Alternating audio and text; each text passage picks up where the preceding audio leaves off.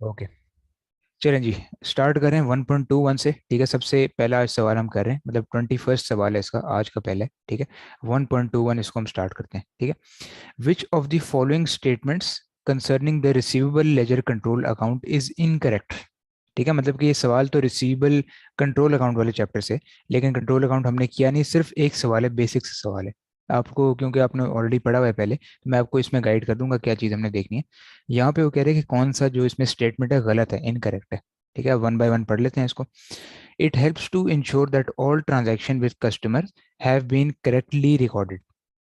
ठीक है, बाकी पहले सारे पढ़ लेते हैं, फिर देखते हैं कौन सा इसके साथ मैच कर रहा है। It makes the detection of errors easier. ये तो सही कह रहा है, बिल्कुल हमने इनकरेक्ट आइडेंटिफाई करनी है ना, गलत वाली। तो ये तो करेक्ट है, क्योंकि जब हम पढ़ेंगे कंट्रोल अकाउंट, आपने पहले भी देखा होगा कि कंट्रोल अकाउंट से गलतियां पकड़ना बहुत ईजी हो जाता है। ठीक है, सी पढ़ते हैं। It helps reduce the chance of a fraud in relation to transactions between business and its customers. ठीक है, ये भी आई थिंक कुछ हद तक होता है, क्योंकि मिस्टेक्स अगर कम हो रही हैं तो इसका ये भी मतलब है कि जो फ्रॉड का चांस है वो भी कम हो रहा है। सही है। It ensures that errors cannot occur in relation to transactions between the business and its customers। ठीक है, मतलब यहाँ पे वो कहना चाह रहे हैं कि जो एरर्स हैं आपके, cannot occur in relation to transactions between business and its customers। तो ए और डी में मुझे थोड़ी सी कंफ्यूजन है, ए पढ़ लेते हैं क्या कह रहा है फिर से। It helps to ensure that all transaction with customers have been correctly recorded. ठीक है, अब इसका भी मैं कुछ कंफर्म नहीं कह सकता, मुझे लगता है इसका आंसर जो है ना ए है। मैं एक दफ़ा इसका चेक कर लेता हूँ आंसर क्या है। मोस्ट प्रॉब्ली ए जो है ना, मुझे लग रहा है। जस्ट मुझे 2 मिनट दें।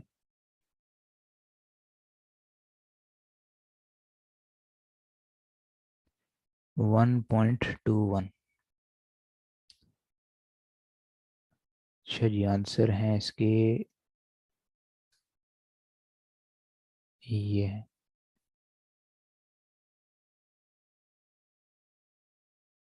जस्ट 1 मिनट है।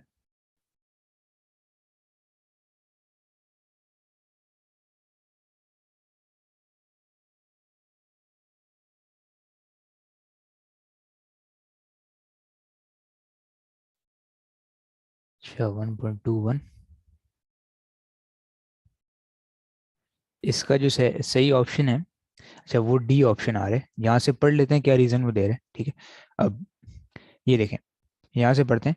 No system can ever be completely fool proof and guarantee that errors can not occur. बिल्कुल सही कह रहा है कि कोई भी ऐसा सिस्टम हो दुनिया में, कोई भी ऐसा सिस्टम है जो वो 100% गारंटी नहीं दे सकता कि आपका जो फ्रॉड का चांसेस हैं जीरो हो जाएंगे। अब जो ए ऑप्शन हम कह रहे थे उसका क्या है, ये देखें रीजन दे रहे हैं। Control account can be reconciled to receivable ledger and thus prove the completeness of processing. तो कंप्लीट तो एक तरह से हो जाती है चीज़ें। ठीक है, तो करेक्टली रिकॉर्डेड का तो कोई इशू नहीं है, सिर्फ वो जो गलत कह रहे हैं ना, ए ऑप्शन भी सही है। गलत कौन सी है, it ensures that errors can not occur in relation to transaction. Error still हो सकते हैं, चाहे वो कंट्रोल अकाउंट रिकन्सिलिएशन हो, कितना भी अच्छा सिस्टम हो, एरर्स उसमें स्टिल हो सकते हैं। ठीक है, तो आई थिंक इसका जो डी ऑप्शन है वो इनकरेक्ट है, और यही इसका सही ऑप्शन है, क्योंकि इनकरेक्ट उन्होंने यहाँ पे पूछा था। ठीक है, सही है। तो इस तरह के थ्योरेटिकल सवाल भी आपको आ सकते हैं, इनके लिए भी आपने इंशाल्लाह प्रिपेयर्ड रहना है। ठीक है, यहाँ तक क्लियर है जी आपको। जी सर। ओके, अब 1.22 देखते हैं, नेक्स्ट वाला। A sales tax registered business sells goods 1200 plus 240 sales tax. अब ये सेल्स टैक्स वाला टॉपिक आ गया। ठीक है, सेल्स टैक्स वाला chapter. In and purchases goods costing 200 plus sales tax 40। अच्छा, 40 भी अलग से सेल्स टैक्स दिया हुआ है इसने। ठीक है, अच्छा, assuming these are only transaction in sales tax period and that input tax is fully recoverable, how much sales tax is due or payable from the government। तो इसमें मैंने आपको क्या बताया था कि हम लोगों ने एक सेल्स टैक्स अकाउंट बनाना होता है। ठीक है, तो अकाउंट हम बना लेते हैं, बहुत सिंपल है। इसकी बाय द वे वैसे ही में आपको रिकॉर्डिंग मिल जाएगी। ठीक है, सेल्स टैक्स वाला चैप्टर जो था। अब ये देखें, सेल्स टैक्स का अकाउंट मैं यहाँ पे बना रहा हूँ, सेल्स टैक्स। ठीक है, अब सेल्स टैक्स बेसिकली हमने क्या पढ़ा था, लाइबिलिटी होती है। सही है, तो लाइबिलिटी में हम जो इंक्रीज हैं वो कहाँ लिख रहे होते हैं, क्रेडिट साइड पे। डिक्रीज हम कहाँ लिख रहे होते हैं, डेबिट साइड पे। ठीक है, अब मुझे नहीं लगता यहाँ पे कोई ओपनिंग बैलेंस है, देख लेते हैं। नहीं, कोई ओपनिंग नहीं है। सिंपली हमने इनपुट्स लिखने और आउटपुट लिखने हैं। इनपुट टैक्स कहाँ पे आता है, डेबिट साइड पे। आउटपुट टैक्स कहाँ पे आता है, क्रेडिट साइड पे। ठीक है, अब पहले कैलकुलेट करते हैं। अच्छी बात यहाँ पे ये है कि पहले से हमें गिवन है, कैलकुलेट करने की जरूरत नहीं है। सही है। अब ये देखें लिखा हुआ है 1200 प्लस 240 सेल्स टैक्स। तो आपको मैंने एक वर्ड याद है, आपको बताया था कि जब भी एक्सक्लूसिव अमाउंट लिखी होगी तो वहाँ पे या तो नेट अमाउंट लिखा होगा या प्लस टैक्स लिखा होगा या लिस्ट प्राइस लिखा होगा, ये सारी चीज़ें। ठीक है। तो 240 जो है वो आ जाएगा यहाँ पे, इनपुट है या आउटपुट है देख लेते हैं। सेल्स गुड्स है ना, तो आउटपुट होगा ये, क्योंकि आउटपुट टैक्स जो है सेल्स पे लगता है। ठीक है। अब इनपुट का कितना है, 200 प्लस सेल्स टैक्स ऑफ 40, तो सिर्फ 40 यहाँ पे सेल्स टैक्स है, 40 हो गया। ठीक है। तो अब देखें 240 बाहर जा रहे हैं, 40 हमारे पास वापस अंदर आ रहे हैं, तो इसका मतलब इसका क्लोजिंग क्या बन जाएगा, $200 इसका क्लोजिंग बैलेंस बन जाएगा। हमने क्या किया, बेसिकली बस अकाउंट को बैलेंस कर लिया। ठीक है, जैसे हम नॉर्मली बैलेंस करते हैं। और ये बैलेंस स्टिल क्या बन रहा है, पेएबल। पेएबल क्यों बन रहे हैं, क्योंकि 240 स्टिल हमने बाहर पे करने थे, उसमें से हमें 40 मिल भी जाएंगे थोड़े से, तो 200 स्टिल ऐसे बैलेंस होंगे जो हम आउटफ्लो कर लेंगे, पे करेंगे अभी स्टिल। ठीक है। तो इसका मतलब इसका जो करेक्ट आंसर है वो है ऑप्शन ए, पेएबल $200। ठीक है, सही है। अच्छा, ये वसीम आई थिंक दूसरे अकाउंट से आ गए। वसीम, आपको यहाँ से ये चीज़ें क्लियर नहीं हो रही, आवाज़ नहीं आ रही आपको? अच्छा, तो अब्दुल्ला यहाँ तक आपको क्लियर है, ये हमने देख लिया पेबल है 200, कि 240 स्टिल हमारा बाहर जाने वाला ठीक था सर, क्लियर है। और 40 इनसाइड आने वाला था, तो स्टिल 200 ऐसा है जो हमें पेबल होगा। ठीक है। अच्छा, अब 1.23 देखते हैं अगला वाला यहाँ से। ठीक है। Which of the following statements is correct. ठीक है। अब सबसे पहली, output tax charge to a customer is debited to the sales tax account. ये डेबिट तो नहीं होता, ये तो क्रेडिट होता है, तो ये तो गलत है। ठीक है। A machine is purchase for 200 plus sales tax of 40। ठीक है। 200 की मशीन था, 40 की इसमें सेल्स टैक्स था।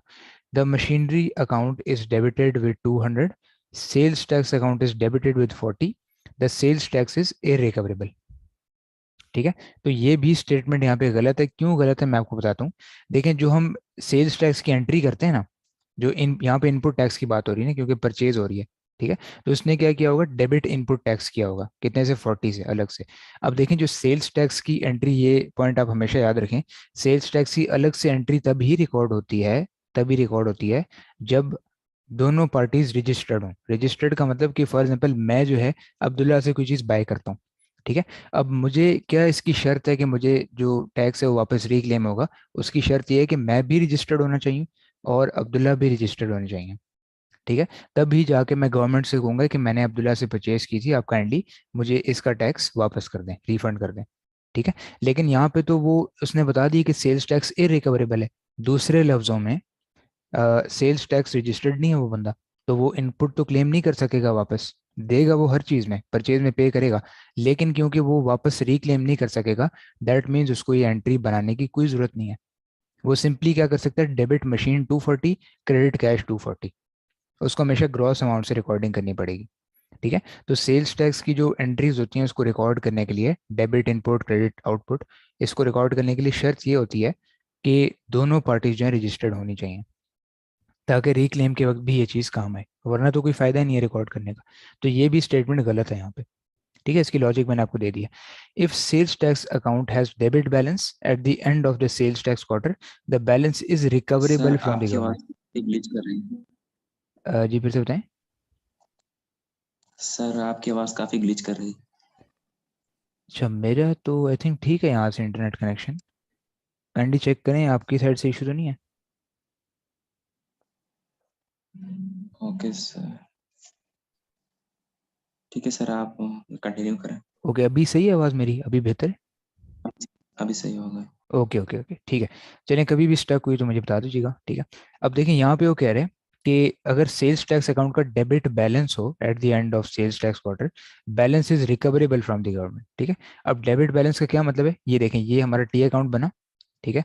और डेबिट बैलेंस का मतलब है कि हमारा यहाँ पे आया बैलेंस, ठीक है, क्रेडिट साइड पे, लेकिन जब नया टी अकाउंट बनेगा उसमें यार डेबिट पे आ रहा होगा, इसको हम डेबिट बैलेंस कहते हैं। याद है, मैंने लास्ट क्लास में ही बताया था कि जो फाइनल इफेक्ट होता है उसको हमने बताना होता है यहाँ, तो उसी को हम क्रेडिट बैलेंस या डेबिट बैलेंस कहते हैं। तो इसका फाइनल इफेक्ट क्या है, नेक्स्ट ईयर का ओपनिंग बैलेंस। ठीक है। तो ये देखें, ओपनिंग बैलेंस ये डेबिट पे आ रहा है, डेबिट पे जो भी ओपनिंग बैलेंस आता है वो रिकवरेबल ही होता है एक तरह से। बट डी भी देख लेते हैं ताकि कंफर्म हो जाए। The sales figure in the statement of profit और loss of a sales tax registered business include sales tax. नहीं, नेवर नेवर, कभी इसमें सेल्स टैक्स नहीं आता। क्योंकि आपको याद है जब मैं सेल्स टैक्स करवा रहा था, मैंने आपको बताया था कि सेल्स और परचेजेस में नेट अमाउंट आती है, रिसीवेबल पेबल में ग्रॉस अमाउंट आती है। ठीक है, तो इसका क्या मतलब हुआ कि हमारा क्लियर होगी चीज़ कि ऑप्शन सी ही इसके अंदर करेक्ट है, बाकी तीनों इसमें रॉन्ग है। ए, बी और डी ये तीनों रॉन्ग है। ठीक है, सही है, ये इसका यहाँ पे मीनिंग है। अब देखें जो डेबिट बैलेंस है ये इसीलिए यहाँ पे आ रहा है क्योंकि ये एसेट है ना, हमारा रिसीवेबल है, और एसेट का हमेशा ओपनिंग बैलेंस डेबिट पे आता है, इसीलिए इसको डेबिट बैलेंस कहा जाता है। ठीक है, सही है, ये इसकी एक्सप्लेनेशन है। क्लियर जी आपको यहाँ तक? जी सर, क्लियर है। ओके, अब 1.24 पे चलते हैं। ये देखते हैं, accounts are classified according to the nature of the transactions which are recorded in them. ठीक है, मतलब कि यहाँ पे कह रहे हैं accounts are classified according to nature of transaction, मतलब कि एसेट का अलग अकाउंट होएगा, एक्सपेंस का अलग अकाउंट होएगा, लाइबिलिटी का अलग होगा, सेल्स का अलग होगा। ठीक है, which of the following classifications is incorrect. यहाँ पे हमने बताना है कि कौन सा यहाँ पे गलत बताया है। ठीक है, insurance is recorded in a journal ledger account. ठीक है, तो ये तो आई थिंक सही है, क्योंकि देखें जनरल लेजर जो होता है ना बेसिकली वो टी अकाउंट को कहते हैं, सिंपल। ठीक है, तो ये तो होती है टी अकाउंट में record. Rent received are recorded in general ledger, ये भी सही कह रहे हैं एक तरह से। अब ये देखते हैं, sales transaction with individual customers are recorded in a personal ledger. अब मैं आपको ना इन दोनों के बीच में फर्क बताता हूँ। एक होता है हमारे पास जनरल लेजर, जिसको हम नॉर्मल टी अकाउंट कहते हैं। ठीक है, इसको आप टी अकाउंट समझ सकते हैं। ठीक है, लेकिन दूसरा जो है हमारे पास वो है पर्सनल लेजर। ठीक है, अब पर्सनल लेजर में क्या होता है, एक तरह से आप इसको कह सकते हैं कि एक तरह से इंडिविजुअल अकाउंट्स हैं। जैसे याद है हमने दो वर्ड्स पढ़े थे, एक मेमोरेंडम अकाउंट था, एक टोटल अकाउंट था, राइट? ऐसे ही है, आप इसको फर्दर पढ़ लेंगे, उसके अंदर क्या कहते हैं कंट्रोल अकाउंट के अंदर। ठीक है, तो एक मेमोरेंडम अकाउंट होते हैं, एक टोटल अकाउंट्स होते हैं। टोटल अकाउंट को कंट्रोल अकाउंट कहते हैं, मेमोरेंडम अकाउंट को इंडिविजुअल कहते हैं। तो इसको हम एक तरह से, इसको हम मेमोरेंडम कह सकते हैं, मेमोरेंडम, क्योंकि ये पर्सनल है, इसमें हर किसी की अपनी अपनी ट्रांजैक्शन रिकॉर्ड होंगी। ठीक है, अच्छा वसीम फिर से आ गए क्लास में, आई डोंट नो क्या हो रहा है, डिसकनेक्शन हो रही हैं काफ़ी इनकी।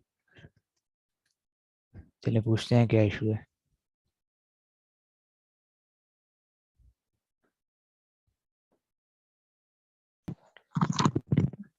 अच्छा, अब देखते हैं नेक्स्ट यहाँ पे क्या है। आप काइंडली जो माइक है म्यूट कर दें, वो शोर आता है पीछे से।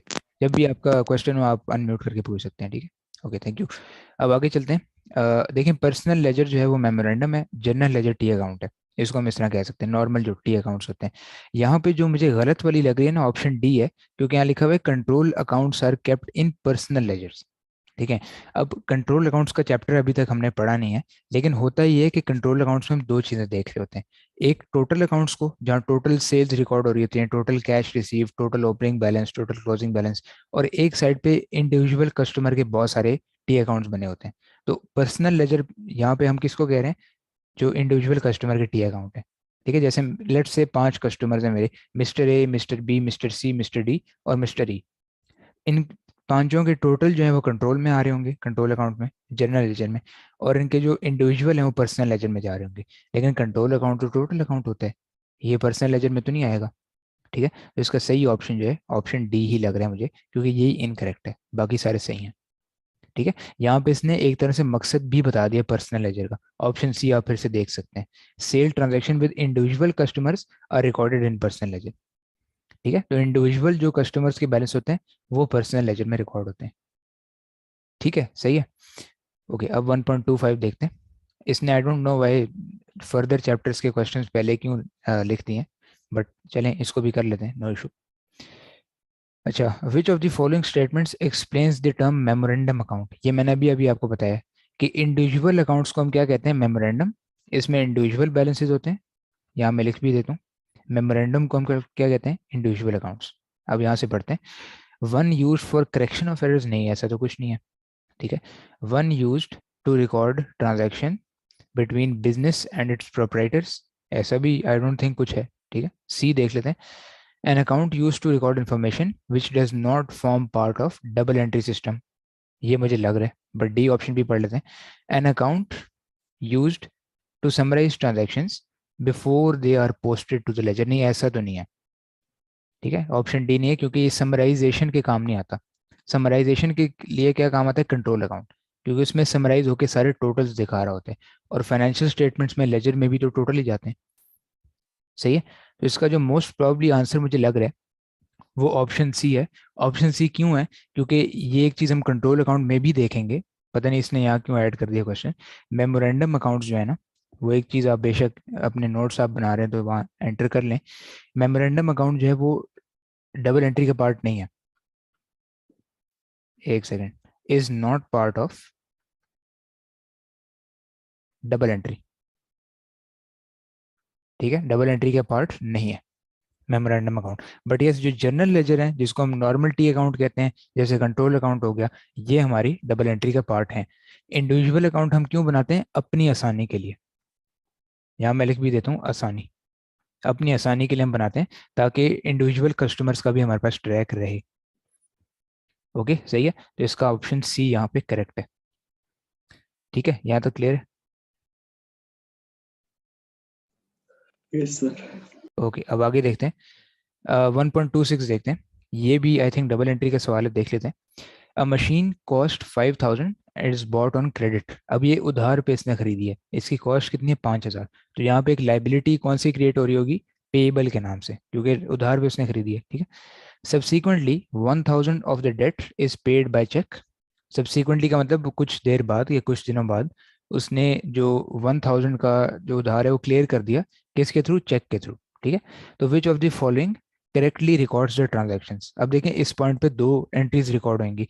पहली तो एंट्री यही होगी कि हमने मशीन परचेज की है, तो डेबिट मशीन, क्रेडिट हम क्या करेंगे, पेबल, ठीक है। अभी मैंने मशीन परचेज किया, कोई कैश पे नहीं किया, ये अमाउंट इसकी कितनी है, कॉस्ट जो इसकी है 5,000 और 5,000। अब जब मैं पहली रीपेमेंट करूंगा उधार की, तो मैं क्या करूंगा, पेबल को कितने से रिड्यूस करूंगा, 1,000 से, क्योंकि उसने कहा है कि 1,000 की पेमेंट उसने कब की है, चेक से की है, ठीक है। 1,000 of the debt is paid by cheque. तो पहले तो मैं सिर्फ 1,000 का पेबल कम करूंगा, और कैश को मैं यहाँ पे क्रेडिट कर दूंगा, क्योंकि, या फिर बैंक को क्रेडिट कर दूंगा, क्योंकि चेक से पे हो रहा है ना, क्रेडिट बैंक एक ही बात है दोनों, ठीक है।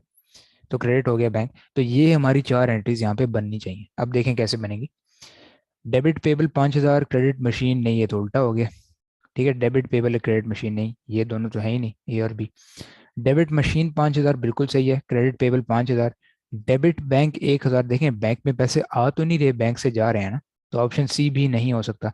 तो सिर्फ हमारे पास ऑप्शन डी बचा है, डेबिट मशीन 5,000, क्रेडिट पेबल 5,000, ये पहली एंट्री होगी, ठीक है। अब दूसरी देखें, डेबिट पेबल 1,000, 1,000 से पेबल रिड्यूस किया, और 1,000 से बैंक भी रिड्यूस कर दिया, तो ये सेकंड एंट्री बन गई, ठीक है। तो डी ऑप्शन यहाँ पे इसका करेक्ट ऑप्शन है, ठीक है, सही है। ओके, अब नेक्स्ट देखते हैं 1.27, the total of discount allowed column in a cash book is, assume a control account is kept. अब आपको याद है डिस्काउंट अलाउड किस में दिया जाता था, सेल्स में दिया जाता था, क्योंकि अगर हम शॉपकीपर होंगे, अगर हम दुकानदार होंगे, हम कोई चीज़ सेल कर रहे होंगे, तब हम अलाउ करेंगे, राइट। और डिस्काउंट रिसीव्ड कब मिलता था, जब हम परचेज करे होंगे एज अ कस्टमर, ठीक है। तो ये किस कैश बुक में रिकॉर्ड होता है, देख लेते हैं। Credited to discount allowed, debit to sale, नहीं ऐसा तो बिल्कुल नहीं है, ये तो उल्टा कर दिया इसने, सेल तो कभी डेबिट होती ही नहीं है दुनिया में, ठीक है। Debited to sale and credited to cash, नहीं ऐसा भी नहीं है, ठीक है। सी देखते हैं, debited to discount allowed, yes बिल्कुल ये, क्योंकि खर्चा है, तो खर्चा हमेशा बढ़ते हुए डेबिट होता है, ठीक है।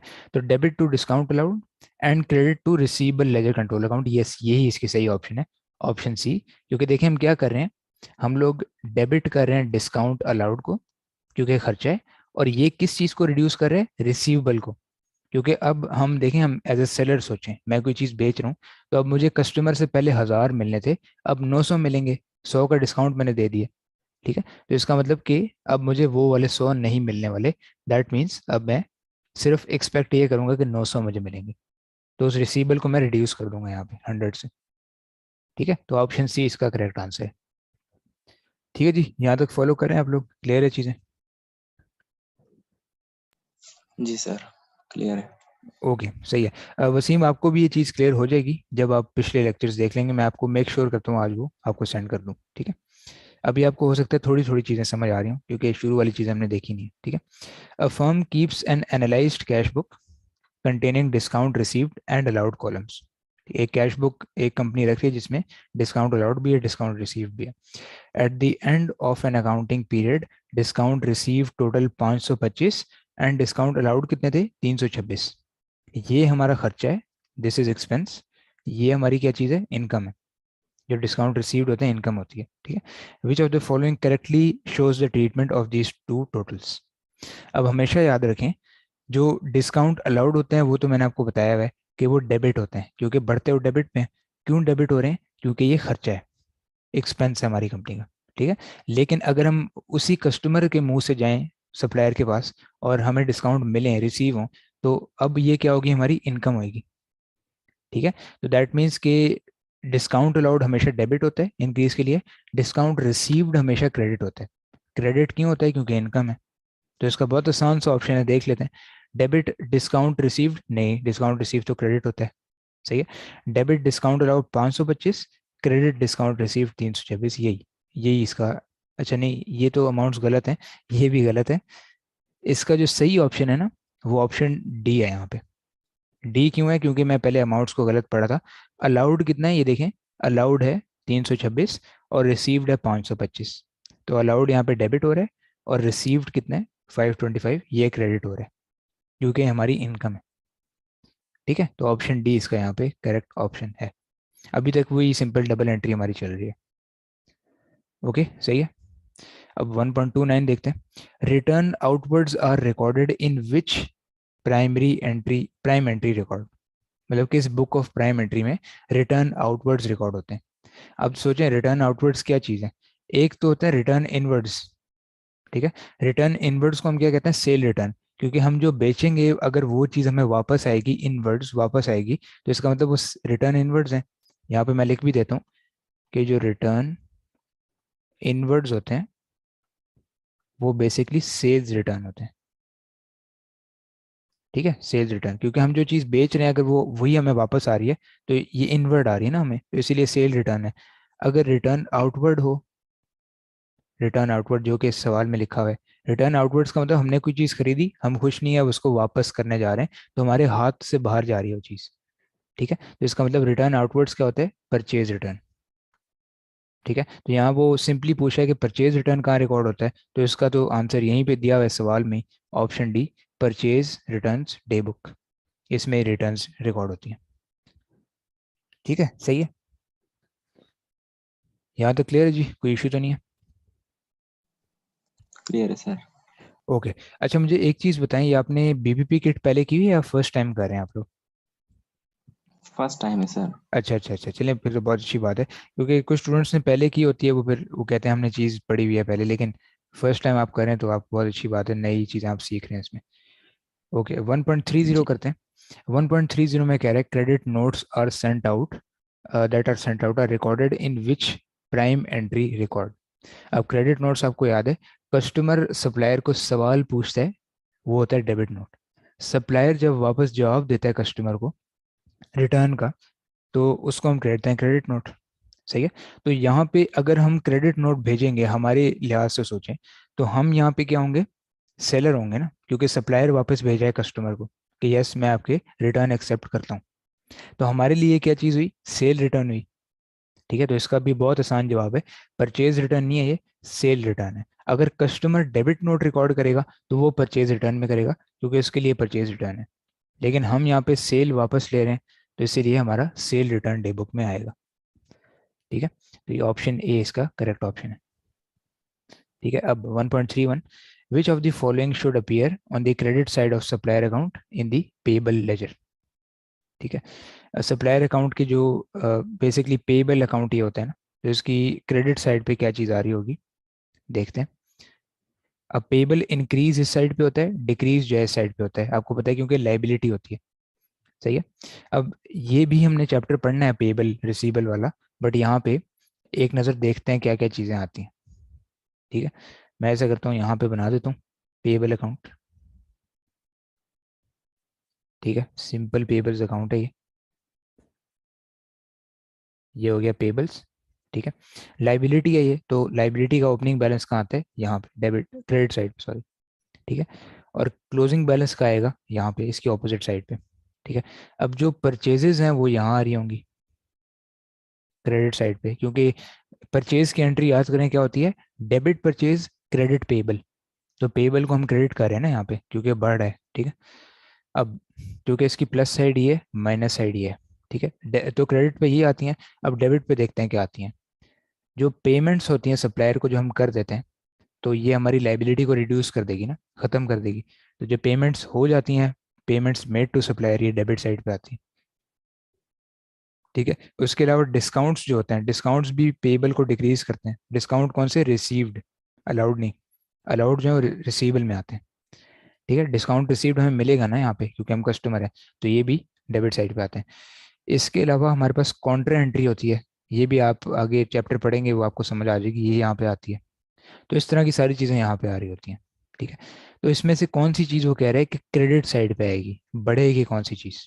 ठीक है, पेमेंट्स मेड नहीं है तो डेबिट पे आती हैं। डिस्काउंट अलाउड, इससे तो कोई ताल्लुक ही नहीं है डिस्काउंट अलाउड का, क्योंकि ये तो सेल्स के वक्त आता है, ये तो परचेजेस है हमारी। डिस्काउंट रिसीव्ड, ये तो डेबिट पे आते हैं। ठीक है, तो ये पहले तीन गलत हैं। परचेज इनवॉइसेज रिसीव मतलब कि परचेजेस हमारी, यस परचेज हमारी क्रेडिट साइड पे आती है बिल्कुल। तो ऑप्शन डी हमारी करेक्ट है यहाँ पे। परचेज जो भी आएगी हमें, वो क्रेडिट साइड पे रिकॉर्ड होगी। ठीक है, सही है। ओके, अब ये देख लेते हैं। The balance at 1 March was 2000 in hand, what was the closing balance at 31 March। ये भी सिंपल टी अकाउंट का सवाल है। ठीक है, तो following entries appear in cash account in March, तो ये जो अकाउंट है कैश का अकाउंट है। सही है, तो यहाँ पे मैं कैश अकाउंट बना लेता हूँ। कैश आपको पता है हमारा एसेट होता है, नॉर्मल करंट एसेट होता है। तो इसका एडिशन यहाँ पे आ रही है, जो माइनस है वो क्रेडिट साइड पे आ रहा है। ठीक है, अब यहाँ पे लिखा हुआ है पेमेंट्स बाय कस्टमर्स, तो कस्टमर जो हमें पेमेंट करेंगे 15,000, वो हमें रिसीव होंगे ना, तो मतलब कि कैश बढ़ेगा उससे हमारा। तो 15,000 से कैश बढ़ गया। ठीक है, अब अच्छा एक ओपनिंग बैलेंस भी था, वो मैंने नहीं लिखा, ये यहाँ भी लिख लेता हूँ मैं। 15,000 यहाँ लिख लेते हैं। ओपनिंग बैलेंस कितना था, 2,000 का। ठीक है, ये भी हो गया। अब रेंट रिसीव्ड, रेंट रिसीव्ड वो भी हमें मिलती है ना, तो इसका मतलब इससे भी कैश बढ़ता है। ठीक है, डेबिट कैश क्रेडिट रेंट, ये हम करते हैं। 250 की रेंट रिसीव होगी। ठीक है, फिर इंश्योरेंस पेड, इंश्योरेंस हमने पे किया यहाँ पे। अब इंश्योरेंस पे किया ना, तो पे करने से क्या होगा, कैश रिड्यूस होएगा, नीचे होएगा। Debit insurance credit cash. ठीक है, फिर ड्राइंग्स, ड्राइंग्स की जो एंट्री होती है, शायद मैंने डे वन पे बताई थी आपको, बट मैं आपको बता देता हूँ फिर से। ड्राइंग्स होती हैं जब भी हम बिजनेस में से अपने लिए कुछ कैश या गुड्स निकाल लेते हैं पर्सनल यूज़ के लिए। ठीक है, तो इसमें जो एंट्री होती है वो होती है डेबिट ड्राइंग्स। कैपिटल को हम नहीं करते, क्योंकि डेबिट ड्राइंग स्ट्रेट अवे लिख देते हैं। और क्रेडिट हम क्या करते हैं, कैश, क्योंकि मोस्ट केसेस में कैश ही निकल रही होती है। तो यहाँ से 700 का कैश निकलवा रहे हो, तो अगेन कैश यहाँ से रिड्यूस हो रही है ना, तो 700 से मैं यहाँ पे रिड्यूस कर दूंगा। ठीक है, उसके अलावा कैपिटल पेड इन, अब कैपिटल उसने इन्वेस्ट किया है, इसकी एंट्री क्या होती है, credit capital debit cash. Cash यहाँ पे बढ़ता है, क्योंकि बिजनेस में पैसा आ रहा है मजीद। ठीक है, तो इसका मतलब कितनी अमाउंट है ये, 2,000। यस, 2,000 से मजीद कैश हमारा इंक्रीज हो जाएगा। ठीक है, अब ज़रा इसका बैलेंस ढूंढ लेते हैं। Just एक सेकेंड, 15,000 +2 + 2 19, और 19,250, 19,250 एक दफ़ा कंफर्म मैं कर लेता हूँ। प्लस 4,250, यस यही आ रहा है। ठीक है, यहाँ भी हम ये लिखेंगे 19,250, और जो क्लोजिंग बैलेंस है जो इसने पूछा था सवाल में, वो निकाल लेते हैं।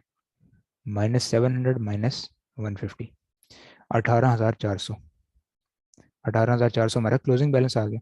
और ये इसका करेक्ट आंसर है, ऑप्शन बी 18,400। ठीक है, सही है। अब 1.33, which of the following statements concerning journal entries is correct.